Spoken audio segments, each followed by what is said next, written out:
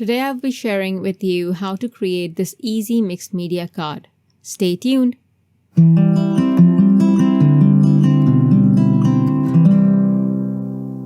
Hello and welcome to Creative Coloring with Erum. Today I'm sharing a very easy card. Looks gorgeous too and is super sparkly. Also, it is a mixed media card that involves a little bit of embossing paste. For my project today, I will be using the Quaint Blooms stem set and the Alcohol Inks background paper pack. It has some lovely backgrounds in here. If you have not checked out my blog post, I have shared 3 more examples using the same combination of products on my blog too that I shared on the release day. I will first apply the anti-static powder onto my pattern paper. Then I will move my stamp around the paper to where I will find the best blue-green color. By the way, any way you stamp, the result will be gorgeous. But for my card, I'm trying to keep the tones of a blue-green, like the teal color. Then I will apply embossing ink and stamp the image onto the paper and cover it with rose gold embossing powder and heat set.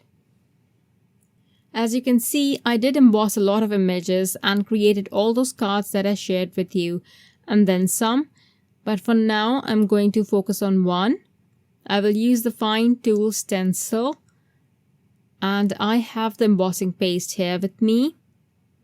Then I will place the stencil on A2 watercolor cardstock and apply the embossing paste through the stencil in a way that it would show slightly from some of the sides, especially the top and the bottom when I place the floral element.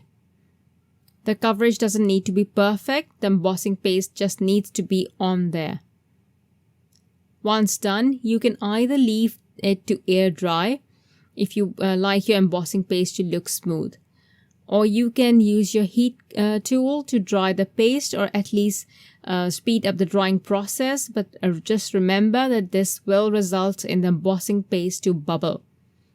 I don't mind it. I actually love the effect of the bubbled embossing paste.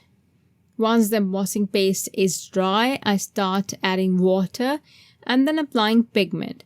The pigment will spread to wherever the water is. I usually start light and then gradually build up the layers of a watercolor.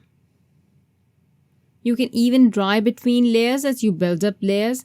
Each time I do something like this, I work on it differently depending how the paint is reacting or how it is flowing and what needs to be done at that time. Right now, it doesn't seem that I need to dry the paint, so I just kept on going. Once I'm happy with the concentration of the pigment I have added, I will then use the gold from the metallic watercolor 14 pan set and add that to the wet panel.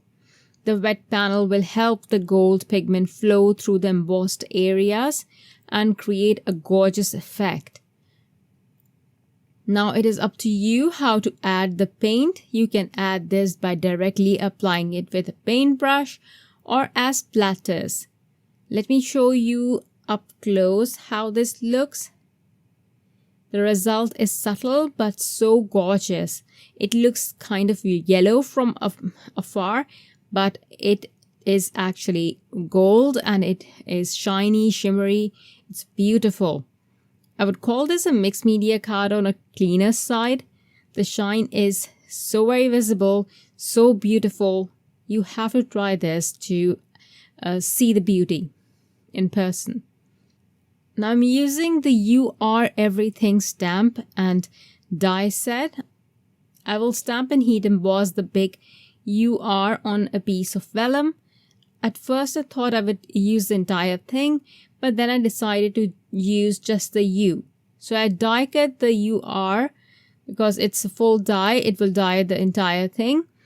Then I also die cut this out of a double-sided adhesive and I will adhere these two together. You can do this before die cutting the heat embossed U by first sticking the vellum onto the double-sided adhesive and then die cutting the word. It is a much easier task. Next, I will add black paint splatters. The pan in my hand is from the Sensual Watercolor 12 pan set. Then I will adhere the image with instant dimension foam tape. I have an extra smaller sized flower here that I will be adhering over the image to add a bit of layering and interest. Next, I will adhere my heat embossed hue. Next, I will adhere a ton of sequins. If you see this image closely, the stamp, there are small circular designs on the flower. I will add sequins on those areas as well, so this will become super blingy. Then I will add another sentiment to go with the hue, and that's it. An easy, super blingy mixed media card is ready.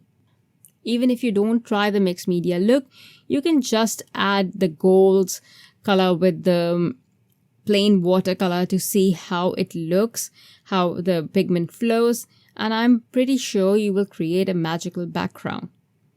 I hope you liked the tutorial and will give this a try. Don't forget to tag me if you do. Thank you for watching. Bye.